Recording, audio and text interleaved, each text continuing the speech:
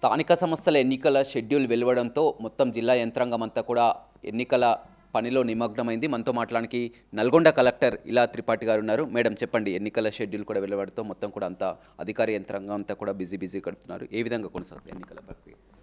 రమేష్ గారు, నిన్న మన స్టేట్ ఎలక్షన్ కమిషన్ నుంచి అనౌన్స్మెంట్ కాగానే మోడల్ కోడ్ ఆఫ్ కండక్ట్ అమల్లోకి వచ్చేసింది. అది రాగానే మేము మా జిల్లాలో ప్రతి ఒక్క మండలంలో ఫ్లయింగ్ స్క్వాడ్ టీమ్స్ ఎఫ్ఎస్టీ ఏర్పాటు చేయడం జరిగింది. అందులో పంచాయతీ, రెవెన్యూ, పోలీస్ శాఖ తరఫున ముగ్గురిని మూడు షిఫ్ట్ ఇస్తూ వాళ్ళకి నియమించడం జరిగింది. ఈరోజు వాళ్ళకి ట్రైనింగ్ కూడా ఇవ్వబోతున్నాము. అదేవిధంగా మన జిల్లాలో మనకి 3 మేజర్ ఎంట్రీ పాయింట్స్లో మేము అంటే నోటిఫికేషన్ రాగానే ఎస్ఎస్టీ టీమ్స్ కూడా ఏర్పాటు చేస్తాము. ఎంసీసీ నిబంధనల మేరకు మేము ఎక్కడైతే కొత్త ఇనాగరేషన్స్ కానివ్వండి, కొత్త శాంక్షన్స్ కానివ్వండి, వాటి మీద ఇప్పుడు మనకి కోడ్ ముగేంత వరకు అది నిషేధం ఉంది. దాంతోపాటు మనకి పొలిటికల్ మీటింగ్స్ కానివ్వండి, పబ్లిక్ ఆఫీసర్స్ వాళ్ళతో ఈ ఒక అఫీషియల్ ప్లాట్ఫామ్లో కలవడం కానివ్వండి, వాటి మీద కూడా ఒక నిషేధం లాగా ఉంది. అదేవిధంగా గవర్నమెంట్ ఇన్స్టిట్యూషన్స్లో, పబ్లిక్ ఇన్స్టిట్యూషన్స్లో, ప్రైవేట్ ప్లేసెస్లో 24, 48, 72 గంట గడుపులో పొలిటికల్ ఫిగర్స్ కానివ్వండి, గుర్తుకు కానివ్వండి, వాటిని కూడా మేము ఇప్పుడు డిఫేస్మెంట్ చేస్తున్నాము. ఎంసీసీ ప్రతి ఒక్క మండలంలో ఎంపీడీఓస్ దానికి నోడల్ ఆఫీసర్గా ఉన్నారు. దాంతోపాటు మేము ప్రతిరోజు కమిషన్కి సిపిఓ ఆఫీస్ ద్వారా వాళ్ళు మొత్తం జిల్లా నుంచి రిపోర్ట్స్ సేకరిస్తూ మేము ప్రతిరోజు స్టేట్ ఎలక్షన్ కమిషన్కి కూడా పంపిస్తూ ఉన్నాము.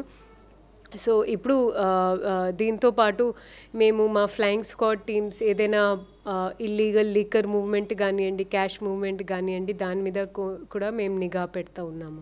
తెలంగాణ రాష్ట్రంలోనే నల్గొండ పెద్ద జిల్లా మొత్తం మీద చూసినట్టయితే ఇది ఒక పెద్ద టాస్క్ అని చెప్పవచ్చు మేడం. ఎందుకంటే మొదటగా ఎంపీటీసీ, జెడ్పీటీసీ ఎన్నికలు, నెక్స్ట్ వెంటనే గ్రామ పంచాయతీ సర్పంచ్ ఎన్నికలు, ఈ ఎన్నికలు జరుగుతుండగానే మళ్ళీ నామినేషన్ల ప్రక్రియ, వీటన్నిటి కూడా ఏ విధంగా అంటే నిజంగా మీరు చెప్పినట్లు 33 మండలాలు ఉన్నాయి మనకి. And almost 8,066 జీపీలు. అంటే లాస్ట్ ఎలక్షన్స్ కంటే కొన్ని 2 మండలాలు పెరిగినాయి అండ్ 24 గ్రామ పంచాయతీలు పెరిగి ఉన్నాయి. సో అందుకే మన స్టేట్ ఎలక్షన్ కమిషన్ గారికి కూడా మేము రిక్వెస్ట్ చేయడం జరిగింది. మాకు 3 ఫేజ్లో మేము పంచాయతీ ఎలక్షన్ సక్రమంగా నిర్వహించగలుగుతామనేది. వాళ్ళు కూడా దానికి ఒప్పుకున్నారు. కాబట్టి మేము ఎంపీటీసీ 2 ఫేజ్లో, పంచాయతీ ఎలక్షన్ 3 ఫేజ్లో పోతా ఉన్నాము. దాని పరంగా మేము మన దగ్గర ఉన్న 353 ఎంపీటీసీ పోస్ట్కి కూడా దాదాపు 1,000 పోలింగ్ స్టేషన్ గుర్తించడం జరిగింది. అదేవిధంగా 10 లక్షల ఓటర్ జనాభాలో మేము వీలంత వరకు 1.21 కిలోమీటర్ లోపలే పోలింగ్ స్టేషన్ గ్రామ పంచాయతీ స్థాయిలో కూడా ఏర్పాటు చేయడం జరిగింది. పోలింగ్ పర్సనల్ దిశగా ఆల్మోస్ట్ 11,000 మందిని, అందులో కూడా ఎంత కొంత మాకు కోరుతా ఉంది. అది కూడా మేము వికలాంగులు కానివ్వండి, గర్భిణీ మహిళలు కానివ్వండి, అది తీస్తే మాకు 1,038 మనిషి పోలింగ్ సిబ్బందులు ఇప్పుడు కొంచెం షార్టేజ్గా ఉంది. దాన్ని కూడా మేము వేరే డిపార్ట్మెంట్ నుంచి డేటా తీసుకొని మేము ఇప్పుడు దాన్ని సరిచేస్తూ ఫస్ట్ ఫేజ్ ఆఫ్ ట్రైనింగ్ ఇప్పుడు నిర్వహిస్తున్నాము. ఎన్నికల కోడ్ ఇప్పుడు షెడ్యూల్ నుంచి ఉందా, నోటిఫికేషన్ తర్వాత నుంచి అమల్లోకి వస్తుంది ఎన్నికల కోడ్ నుంచి? ఎన్నికల కోడ్ అయితే ఇప్పుడు కూడా ఉంది. యాజ్ వీఆర్ టాకింగ్ రమేష్ గారు, ఎన్నికల కోడ్ ఇప్పుడు కూడా అమల్లో ఉంది. It is from the time of announcement అనమాట. మీరు చెప్తారు మేడం, కోడ్ అమల్లో ఉంది కాబట్టి రాజకీయ నేతలకు అంటే వాళ్ళకి మాకంటే ఎక్కువ అవగాహన ఉన్నట్టుంది. బట్ ఎలా అయితే మనం సామాన్య ఎన్నికల సమయంలో భారత్ ఎన్నికల సంఘాలు ఇచ్చిన దిశానిర్దేశాలు ఉంటాయో అవే సేమ్ మేము పాటిస్తాము, టూచా తప్పకుండా, లెటర్ అండ్ స్పిరిట్లో. ఇందులో ఒకటి తేడా ఏముంటుంది అంటే ఎంసీ ఉండదు. ఎంసీ మీకు ఐడియా ఉంటుంది.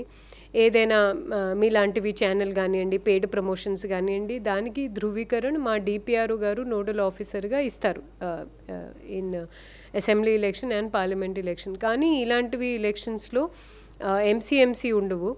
ఏదైనా పొలిటికల్ అభ్యర్థులు ర్యాలీ పెట్టాలన్నా లేదా వాళ్ళ వెహికల్స్ ఇవి అన్ని మూవ్మెంట్ అవ్వాలన్నా ఎంపీటీసీ వాటి స్థాయిలో ఆర్డీఓ పర్మిషన్ ఇస్తారు, ఇంకా ఎంపీడీఓస్ ఇస్తారు.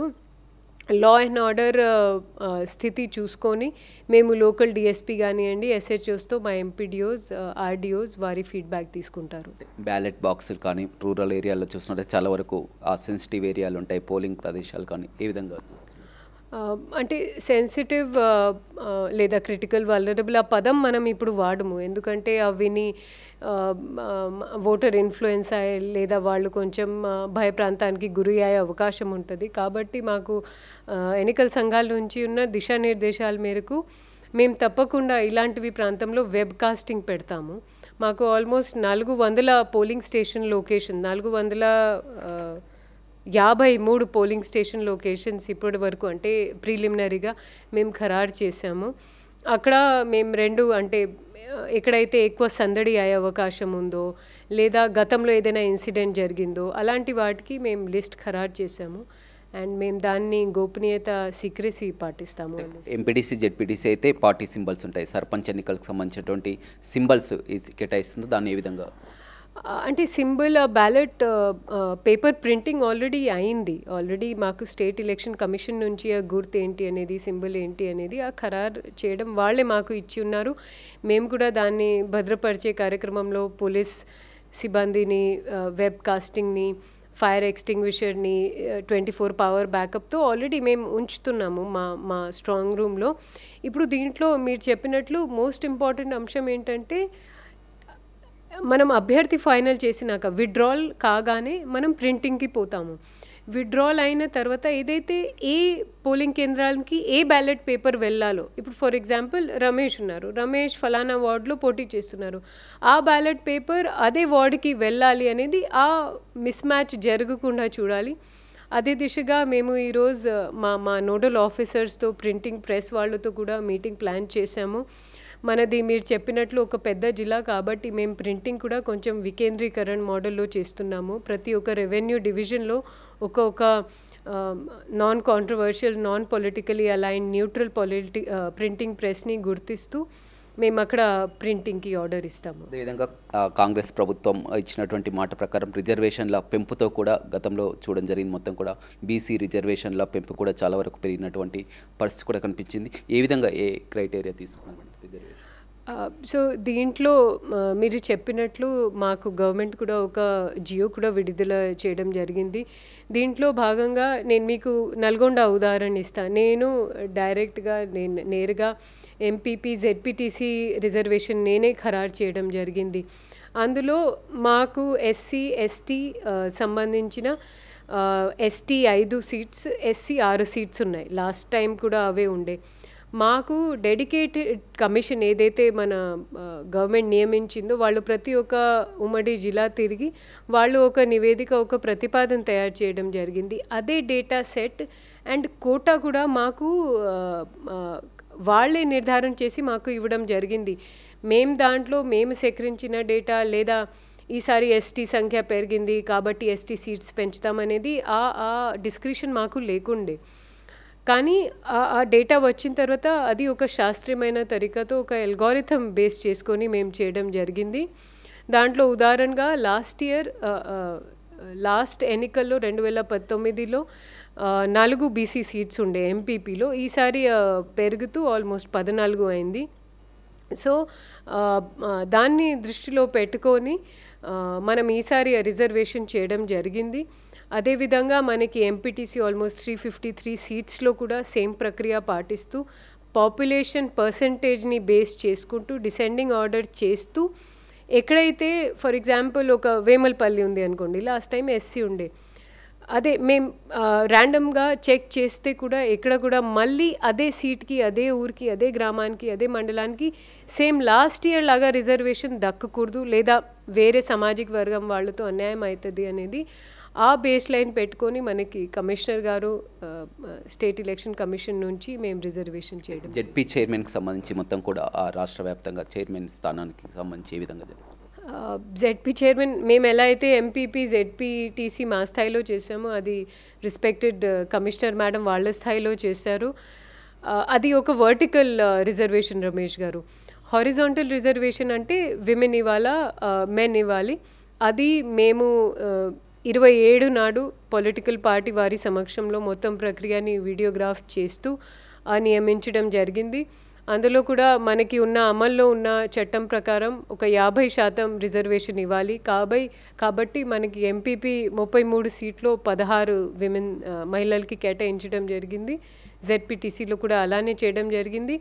ఎక్కడ కూడా గతంలో ఉన్న మహిళా సీట్ని మళ్ళీ ఈసారి మేము మహిళ ఇవ్వకుండా చేసేసాము డ్రా ఆఫ్ లాట్తో. అంటే కొంత కన్ఫ్యూజన్ మేడం, రిజర్వేషన్లు మీరు కల్పించిన దాంట్లో కూడా ఇప్పుడు ఎగ్జాంపుల్ అడవిదేవులపల్లి మండలం చూస్తే తండాలు పూర్తిగా మొత్తం ఎస్టీ జనాభానే ఉంది, అక్కడ బీసీ కేటాయించడం జరిగింది, అక్కడ ఎవరు కూడా బీసీ లేనటువంటి పరిస్థితి. మాడుగులపల్లి విషయానికి వస్తే అక్కడంతా కూడా ఎస్టీ ఉంచారు, కానీ అక్కడ ఎస్టీ లేని, అక్కడ ఏ విధంగా చేస్తారు ఎన్నికలు? రమేష్ గారు మీరు చెప్పింది అది నిజమే, ఆ విషయం కూడా కరెక్టే. ఇన్ఫ్యాక్ట్ నకరేకల్ మండలంలో లాస్ట్ టైం ఒక 7 జీపీస్కి అక్కడ ఎలక్షన్కి వాళ్ళు పోలే. సో మాకు ఉన్న నిబంధనల మేరకు, సో అంటే నేను నకరేకల్ కంప్లీట్ చేస్తాను, అక్కడ ఏమైంది యాక్చువల్గా బీసీస్కి 14 ఇవ్వాల్సిందే, బట్ మేము అంతా ఇవ్వలేకపోయాము. ఎందుకంటే ఎలక్షన్స్ జీపీస్ అయితే లాస్ట్ టైం కోర్టుకి వెళ్ళారు, అక్కడ మేము ఫస్ట్ ఐటరేషన్ బట్టి రిజర్వేషన్ ఇస్తున్నాము. సో మీరు చెప్పింది అది కార్నర్ కేసెసే, బట్ దయచేసి దాన్ని ఒక డిస్ట్రిక్ట్ అడ్మినిస్ట్రేషన్ పరంగా లేదా రాష్ట్ర వ్యాప్తంగా చూస్తే మనం 1, 2, 3 మీరు చెప్పినట్లు అక్కడ అసలు బీసీ జనాభా లేదు, అక్కడ బీసీ కేటాయింపు చేయడం జరిగింది. ఇలాంటివి కేసెస్లో మనం ఒక కార్నర్ కేసెస్ 2, 3 కార్నర్ కేసెస్ మనం అకామిడేట్ చేస్తే కనుక దానికి క్యాస్కేడింగ్ ఎఫెక్ట్ ఉంటుంది. క్యాస్కేడింగ్ ఎఫెక్ట్ వల్ల ఇప్పుడు ఫర్ ఎగ్జాంపుల్ అడవిదేవులపల్లి మీరు చెప్పారు, అందులో ఉన్న ఉల్సాయిపాలెం గ్రామం కానివ్వండి, last time I guess it was unreserved are ST ఏదో ఉండే, మేము ఒకదానికి సరే అక్కడ ఎస్టీ జనాభా లేదు మనం లాజికల్గా చేస్తే మిగతా అంతా వరుసగా ఖరాబ్ అయిపోతుంది. అండ్ మనకి బాటమ్ లైన్ ఏంటంటే లాస్ట్ టైంలో జరిగిన రిజర్వేషన్ అది హారిజాంటలీ పురుషులు మహిళా పరంగా కావచ్చు, వర్టికల్గా సామాజిక వర్గం పరంగా కావచ్చు, ఎక్కడ కూడా రిపీట్ కాకూడదు. సో మీరు చెప్పింది అది కరెక్టే, అది కార్నర్ కేసెస్ ఉన్నాయి, బట్ అవి నిబంధనలు మేము పాటించాల్సిందే. ఎవరికి కూడా కావాలని అన్యాయం జరగదు. జిల్లా పరిపాలన తరఫున కూడా మా అంతా అధికారి ట్రాన్స్పరెంట్గా చిత్తశుద్ధిగా ఎవరికి ఫేవర్ చేయకుండా పనిచేస్తారనేది అది అయితే నేను మీకు నమ్మకం ఇస్తాను. ఇది ఒక పెద్ద టాస్క్ మేడం. గతంలో మీరు స్థానిక సంస్థలు పాల్గొనడం జరిగిందా మేడం ఈ ప్రక్రియ? అవును, నేను లాస్ట్ ఎలక్షన్లో నేను ప్రిసైడింగ్ ఆఫీసర్గా చేశాను. అప్పుడు నేను ట్రైనింగ్లో ఉన్నాను భద్రాద్రి కొత్తగూడెం జిల్లాలో. సో నేను కడకాగూడెం మండలం చేశాను. అండ్ నిజంగా ఇది చాలా ఒక సవాల్లాగా మేము తీసుకుంటున్నాము వ్యక్తిగతంగా కూడా, ఎందుకంటే మీ ఆలోచన చేసే శక్తి కానివ్వండి, మీ శారీరక సామర్థ్యం కానివ్వండి, everything is put to test. But అదే ఒక ఆఫీసర్ జీవితంలో ఒక ఛాలెంజింగ్ టాస్క్. అదేవిధంగా పరిపాలన అధికారిగా ఇప్పుడు గ్రామ పంచాయతీలు కానీ, అదేవిధంగా ఇప్పుడు ప్రత్యేక అధికారులు ఉన్నారు కాబట్టి త్వరగతిన ఎన్నికలు పూర్తి కావాలని మీకు కూడా అంటే దాని గురించి అయితే పెద్ద చెప్పలేము. బట్ ఒక వికేంద్రీకరణ మోడల్ ఆఫ్ లెజిస్లేచర్ కానివ్వండి, ఎగ్జిక్యూటివ్ కానివ్వండి, సో వాళ్ళు చిన్న చిన్న సమస్యలు ఉంటే మా దగ్గర రాకుండా, పెద్ద పెద్ద మినిస్టర్స్ దగ్గర వెళ్ళకుండా వాళ్ళ స్థాయిలో దాని పరిష్కారం చేసి వాళ్ళకి ఒక విసిల్బాట్ అయితే ఉంటుంది. సో రైట్, చూడొచ్చు మొత్తం కూడా స్థానిక సంస్థల ఎన్నికలకు సంబంధించి కూడా అన్ని ఏర్పాట్లు కూడా పూర్తి చేస్తున్నటువంటి పరిస్థితి కనిపిస్తుంది. ఇప్పటికే అధికారులతో ఎప్పటికప్పుడు కోఆర్డినేషన్ చేసుకోవడం, అదేవిధంగా మొత్తం కూడా పోలింగ్ సిబ్బంది కూడా వారికి కూడా మొత్తం ట్రైనింగ్ ఇవ్వడం, అదేవిధంగా గ్రామ పంచాయతీ ఎన్నికలు కూడా వెంటనే ఎంపీటీసీ జెడ్పీటీసీ ఎన్నికల తర్వాత వెంటనే గ్రామ పంచాయతీ ఎన్నికలు రెండు కలిపి రావడం, వీటన్నింటిని కూడా మొత్తం అన్ని విధాలా కూడా ఎలాంటి అవాంఛనీయ ఘటనలు జరగకుండా కూడా బార్డర్ చెక్ పోస్టులు ఏర్పాటు చేయడం జరిగింది. అంతా సిబ్బందిని కూడా కేటాయించడం జరిగింది. మొత్తం రాజకీయ పార్టీ లీడర్లతో కూడా ప్రజాప్రతినిధులతో కూడా మీటింగ్లని కండక్ట్ చేస్తాము, మొత్తం కూడా ప్రశాంత వాతావరణంలో కూడా ఎన్నికలు జరుపుతామని కూడా నల్గొండ జిల్లా కలెక్టర్ చెప్తున్నారు. వీడియో రవితో రమేష్, బిగ్ టీవీ, నల్గొండ.